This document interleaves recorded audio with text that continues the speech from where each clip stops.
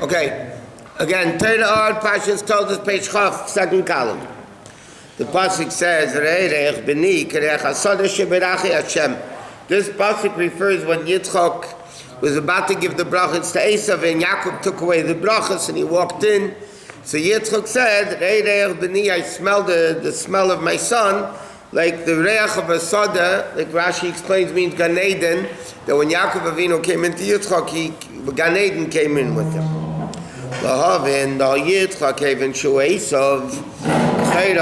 Simply speaking, without any deeper meaning of the pasuk, Yitzchak thought that Esav is coming in, not Yaakov. So how does it say, he says, I smell like Gan Eden? If it was Esav coming in, why would he think it's Gan Eden? How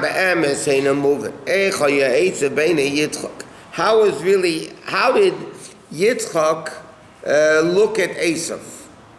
Really, realistically speaking. Why? Sometimes the pasuk says that Esav would trick Yitzchak, and Chassidus he would trick him with questions. How do you tithe salt, and how do you tithe grains, and all that. And sometimes the pasuk says the voice is the voice of Yaakov, and the hands are the hands of Esav. That means Yitzchak knew because when Yaakov came in and Yitzchak said to him, how did you make it so fast? He said, Hashem made it happen.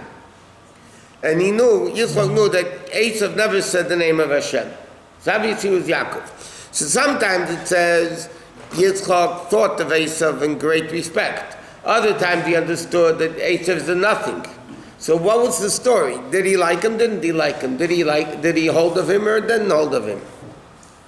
So he says, Esav is called the desired, the psalus of gold, the dust of gold. It says in Kabbalah that silver, which is whitish, is chesed. Gold, which is reddish, is gevura.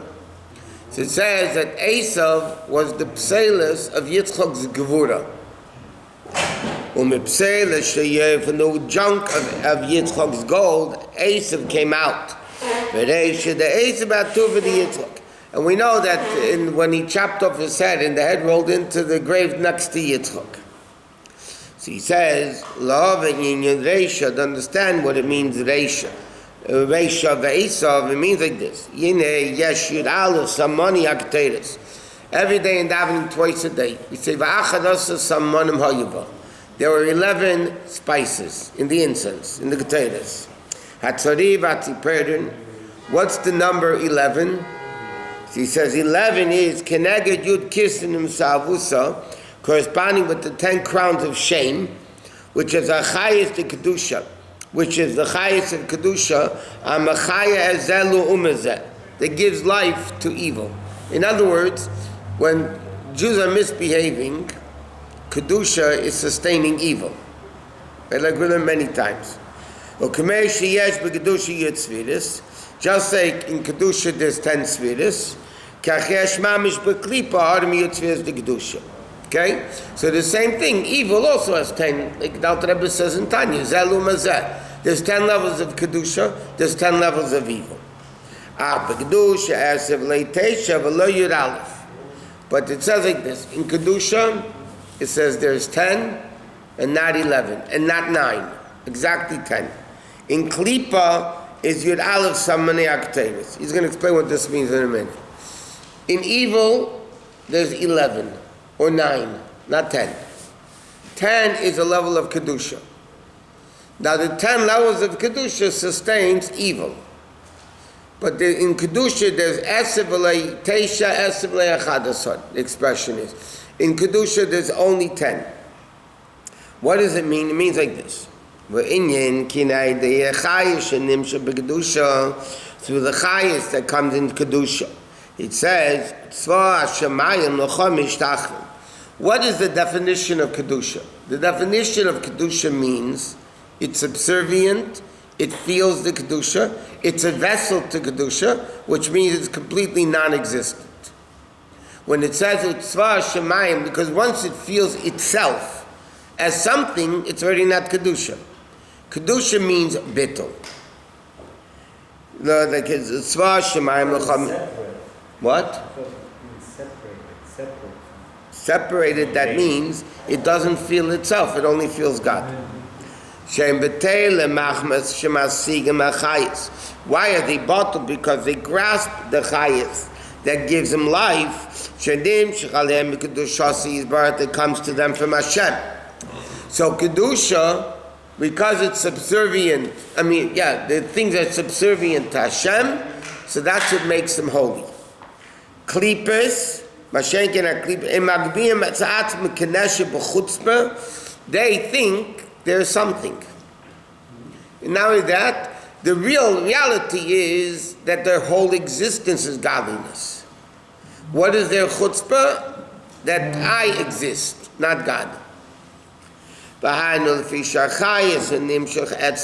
the chayes of Kedusha that comes into evil, Golus is in Golus. Meaning like this, everything has to exist from Kedusha. What's the difference between Kedusha and evil? The difference is very simple. Kedusha feels godliness, therefore it's subservient to godliness. Evil also sustains itself from Kedusha, but it doesn't feel itself Kedusha. It doesn't feel the Kedusha. And the contrary, it doesn't feel Kedusha in a way that it only feels itself. And that's the level of Klipa. Feel godly or it is God? No, they feel the godliness that gives them existence. That makes them godly. When you feel godliness, meaning you're bottled to it, that is what makes you godly. Godly means when you feel godliness. Evil doesn't feel godliness. By the way, this could be even in Kedusha. A guy can learn daven, they think that God's gift to the world, that's total evil. Total klipa. Because again, they're feeling themselves, that's what he says here. They're feeling themselves. Even though Kedusha comes to them, they're not bottled to Hashem. They elevate themselves. On the contrary, because they think they have such Chayei in Kedusha, that they think that makes them better. And the Chayei of Kedusha that gives sustenance to them is nivla b'seichem, is absorbed within them. In other words, it's totally, they don't feel it. They don't feel the bittul of Kedusha. So he says, Ach, ketzerem chayamim v'kayam megdusha ma'achar shechayis nivla b'seichem. So l'chayra, how in the world can they exist if the Kedusha is absorbed with, you have this in science also. Certain times, if it becomes absorbed within it, then it can't sustain it. It has to be felt in it. If it's absorbed within it, it can't sustain it. So l'chayra, how does that happen? He said that's the level of Levaina. The 11 spices, there's 10 plus 1 is 11. What's the 11th one is Levaina, which is the encompassing level. It's not absorbed within them. In other words, like this. Levaina, which one of the 12 spices, 11 spices I mean, Levaina means white. White symbolizes purity. So that level of Levaina is what sustains the 11 spices, even though normally the Kedusha is absorbed within them in a way that they don't feel it. So how can they exist? That's in the level of Levaina. Then we don't exactly what the 11 spices were. Yeah. We'll take the English, it translates it. No. We're not sure exactly what they are, but there's English translations of it. Some of them is in some. Of course, sometimes there's no difference in English, you don't know what the words mean. In Hebrew, you don't know what the words mean. Right. So do we know at this time what were the spices? Yeah. Some of them. I think Rabbi just listed them a couple weeks ago. 100%. Yeah. Rashi and Chumash says, into Rambam, Rashi and Chumash says, take an English Chassidus, that's what they are. Very, very well known. But there were certain people that knew how, only certain people knew how to make the Chassidus. It wasn't something everybody was able to know, because even though you knew what it was, but you didn't know the consistency, the proportions of it. But Rabbi says even now, I mean, you can't mix those. You're not allowed to mix it. But there are only certain unique families that only taught special kohanim how to do it. And we don't have that anymore? No. It's a family secret. Family secret. Because they didn't want it to go out into improper people. It wasn't some an ego trip. It says, the Gemara says, they didn't want that the secrets of making the Chayei, because the Chayei is a very holy thing. They didn't want that Kedusha going out to people that were improper. It's a very potent holy. Okay, so he said, "Ufishu or makiv mumayla min adash shelahem," because it's levain is an encompassing level, meaning they do not internalize it. Veina margish v'chaysh nimsham b'pnimis nivla. Lochein eimiz goyim umegbiim atzman b'chutza kanal. Therefore, they can elevate themselves, and they think they're better than everything else with chutzpah. So he says like this. So levaina. It's not a bad thing, really. It's like he's going to say, this connects. Kedusha and Klipa is a level of Levaina. B'chin is Levaina, who are Mechabe Yud Sfiras the Kedusha, binds the 10 spheres of Kedusha, Loher Lesser Sfiras Mesavusa, to illuminate and to reveal and to make exist the 10 crowns of shame. And that's the head of Yosef, which is Makiv Mumaylo Nichl Batu for the Yitzchak. Mamish b'kedusha lachem mitzad ha'makif Yosef shel ich mason sateven u'mitzad pnimius ein shem shemayim shogeg b'fid. In other words, he says like this. The Alter Rebbe asked the question. Sometimes it implies in the Parsha that Yosef was a great guy, and sometimes it says there was not such a great guy. How do you reconcile these things? So Alter Rebbe explains, in the makif level, Yosef was good. In the pnimius level, he wasn't good. In Makif, in the external ways, he was very good. But, he would ask questions, how do you tie salt? He had a tremendous amount of kibbud ava'im. Yeah, but the point is that Esav, in a Makif level, was looked good. But it was all external. It didn't mean anything. When you say Shem Shemayim Shogeg B'fiv, that means you live with godliness. You live it. It's mentioned Shogeg. It's constant on your lips. That's what Ein Shem Shemayim Shogeg B'fiv. Shogeg B'fiv means it's continuously on your lips. That's Pnimius. So in Makif level, because it comes from Tehu, which is higher than Tikkun, but that's all Makif. Tikkun is the Pnimius. So outwardly, this is a very simple thing to understand. Outwardly, there are things that look very great. Outwardly, there are things that look very great. But in Pnimius, it's rotten to the core. But it is said that the Midrash tends to simplify his character and caricaturizes him unfairly. You think so? I read it somewhere that it was said. You think that it's cruelty? It's like the Jews are cruel to the earth. To simplify, to render him in a way that is can be easily categorized. They went at times to demonize them. The Midrash did. The Medrash doesn't say that Yosef was great.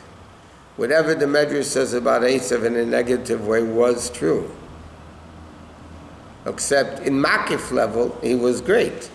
But in his feeling who was the real person, that Pnimius, he was rotten.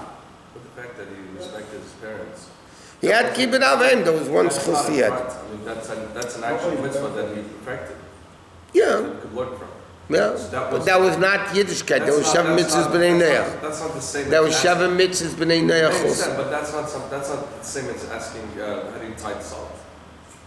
That's fake. Asking tithing salt was fake. But It's respecting his parents was an obligation which he fulfilled. yeah. Yeah. So he did it. No. Everybody Every has evil has good. Rabbi, everybody has flaws. But you want to just magnify people just through their flaws. Esav's flaws were not little. His good was little. Now Esav comes from a very lofty level of kedusha. But when it comes down very, very low.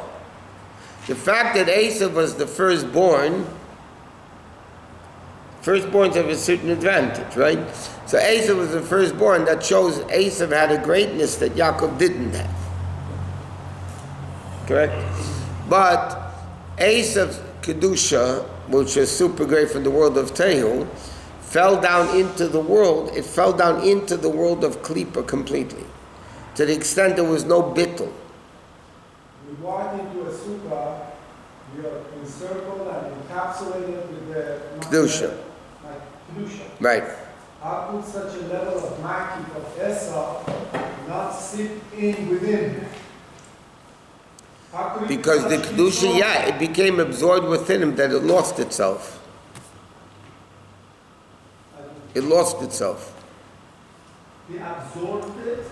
He couldn't take No, absorbed, so therefore it didn't have any remnants left.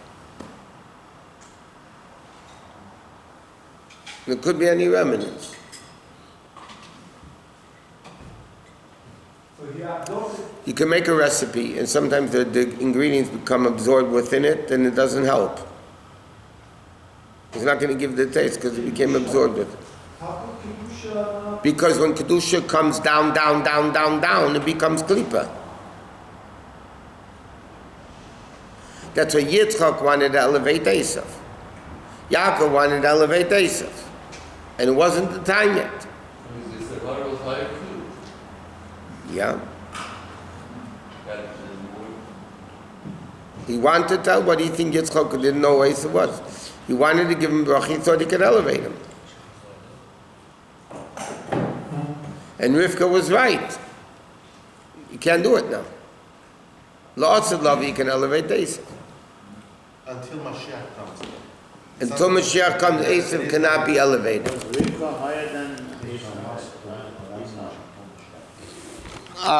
In certain things, yes.